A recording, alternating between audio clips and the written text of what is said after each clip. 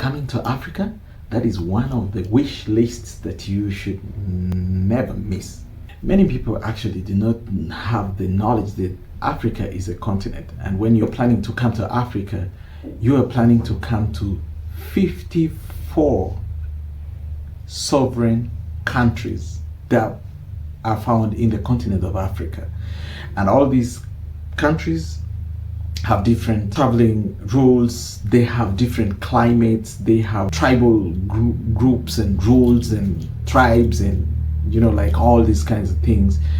And for every country, so I'm talking about 54 countries with different cultures, with different tribes, with different climates. That is crazy, right?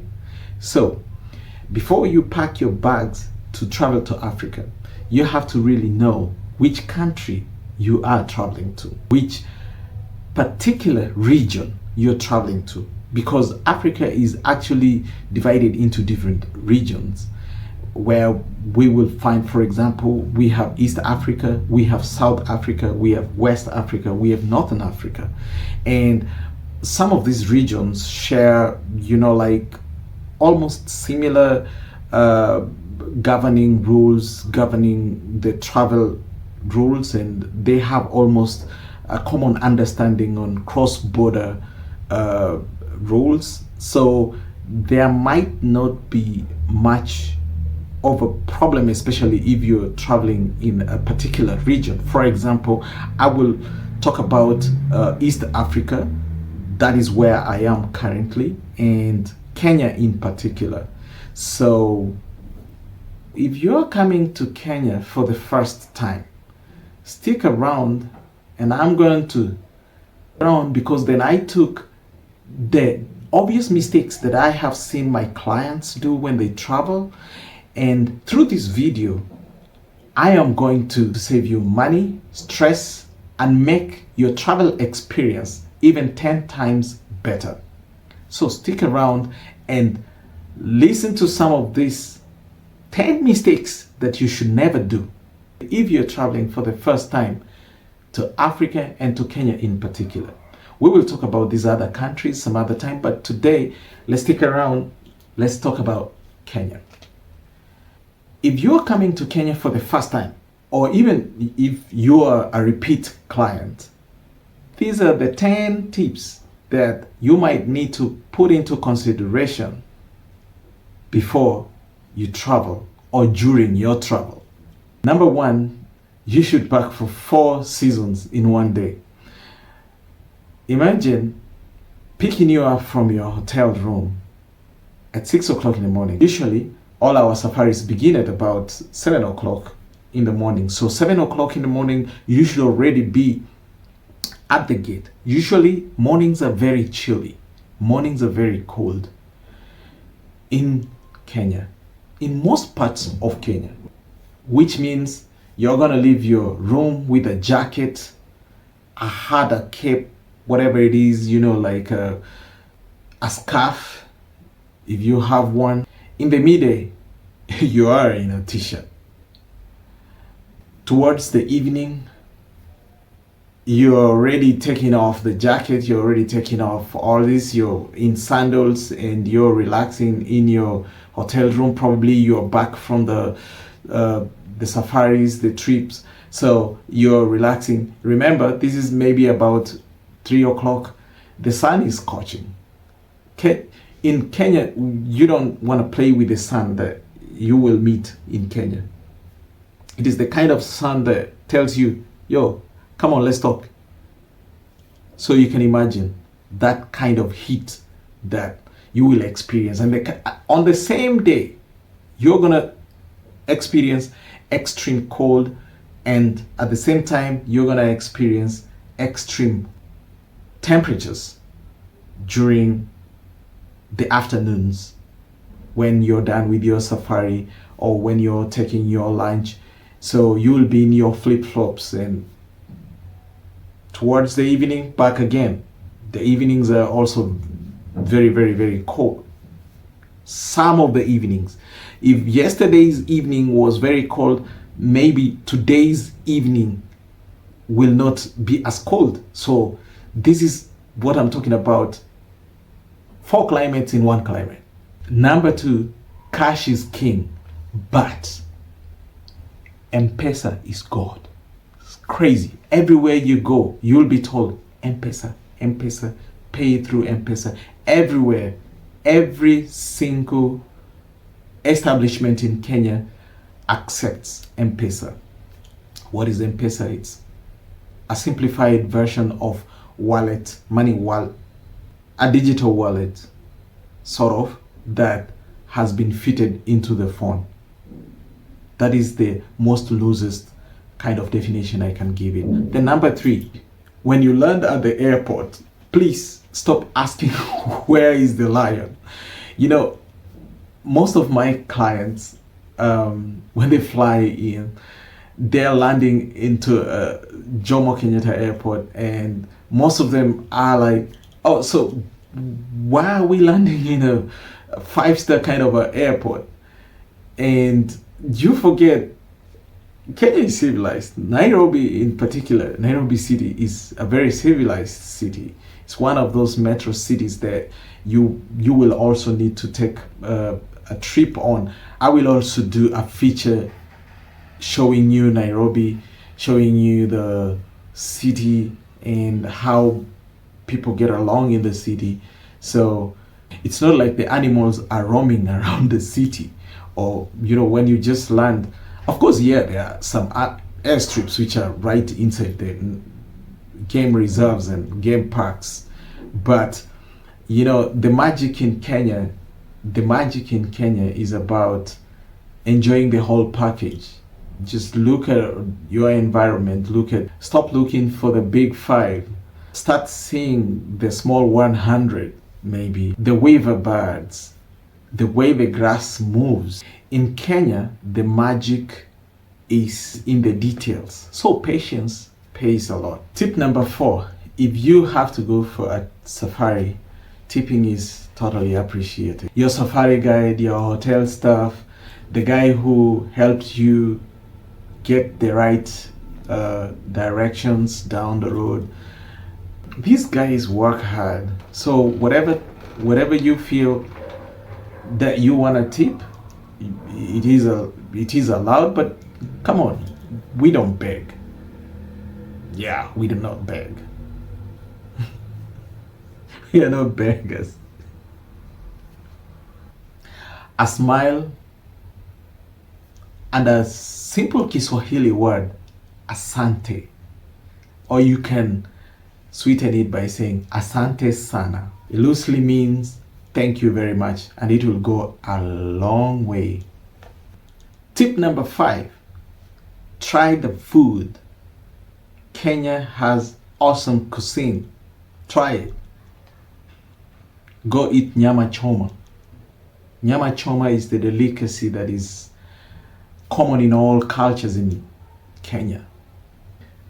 Drink fresh juice, eat roast maize, roast corn by the roadside, but you have to be very careful.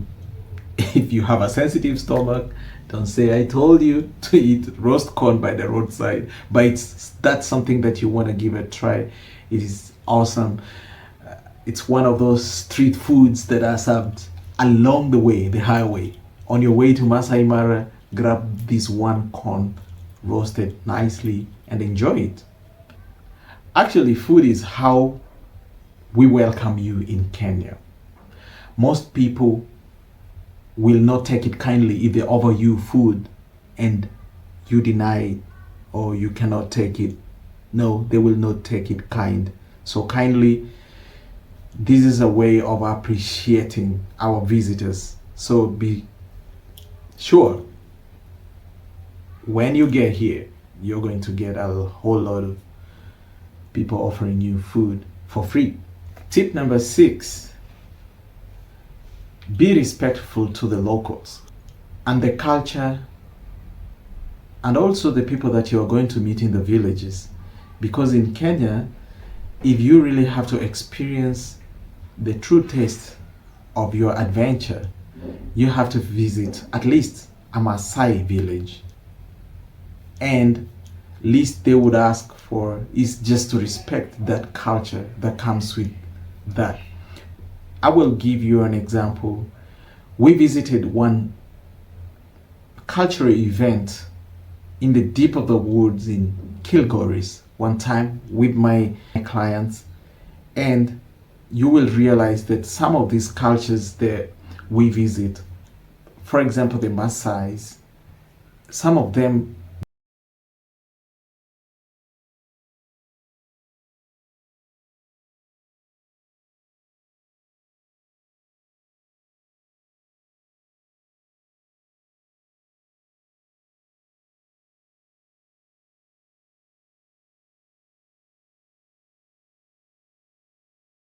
for tip number 7, if you are allergic, then just be sure to carry a lot of bugs repellents, mosquito repellents, sunscreen, sun protection. As I said earlier in this video, the temperatures are crazy high, so sometimes, not all the times and not all the days. Yesterday could be very hot, today could be very cold, today could be raining, tomorrow could be very, very hot.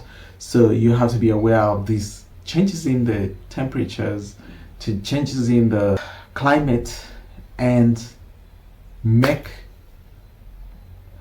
protecting your body should take that number 1 priority. Number 8, when you land in the city, you're going to meet with traffic. Traffic will meet you. You will meet with traffic. But you don't have to stress about it so much. All you need to do is just leave a little bit ahead of your planned time. And at least instead of stressing throughout the traffic, do something. Listen to radio, take your time to listen to the local music and laugh it out. And the way we say it here in Kenya is Hakuna Matata. No hurry in Africa. If you're traveling outside of Nairobi, I would recommend that you take the domestic flights, the local flights, which are pretty affordable and which will save you a whole lot of time and maybe a whole lot of other bad experiences of driving through the Nairobi road. So if you can take that flight, it will save you a whole lot of time, because sometimes if you're traveling, for example, if you're traveling to the second biggest city in Kenya, which is Mombasa, then you might need to take a flight to Mombasa, which will be about 45 minutes as compared to you driving on the road, which will take you close to about 7 hours, and you don't want to experience some of that. The same applies to Kisumu, Nakuru, and Eldoret. All these places, you can simply just hop into a local flight, which will take you approximately, for each of these places, about 45 minutes, and you're there. So plan ahead of time and you will not have any of these hitches. That brings us to the next tip. Tip number 9. We say one country, many Kenyans. Here in Kenya, the best way to experience that safari is do not leave immediately after your safari. Once you take the safari, you can wind this whole experience by flying to the coast, experience the white sands of the Diani, it will be a great experience for you to experience the Kenyan coast. Kenyan coast has one of the best beaches with white sand and widespread cultural festivals up from Lamu down to Diani. You will have an experience of your lifetime. So that is why I would suggest that if you're making that maiden travel to Kenya or East Africa, then you must give yourself between 7 and 10 days. So a holiday that is about 9 nights and 10 days will be ideal for you, and you will not feel pressured to achieve all these things. So at least you will have in between changing from safari to holidaying to just like relaxing, and you will not have that feel of being pressured with time. So it is good that you should organize yourself. You should space these times in such a way that you will have enough time to experience your time in Africa without necessarily having that pressure of wanting to catch up with the next flight to go back. That brings us to the very last tip, which is in Kenya, we say hello. We are very friendly people. It is important that when you meet someone, say hello or habari yako. A Kenyan will invite you for chai, which is tea. He will dance with you. Don't be afraid. Join in the spirit of Ubuntu and have fun. It is just so awesome. In the end, you will appreciate that you came with a big heart to meet these people. These tips cut across the East African countries. So, in a nutshell, if you're traveling to Uganda or Tanzania or Rwanda, or you're still in Kenya, this is almost like a community.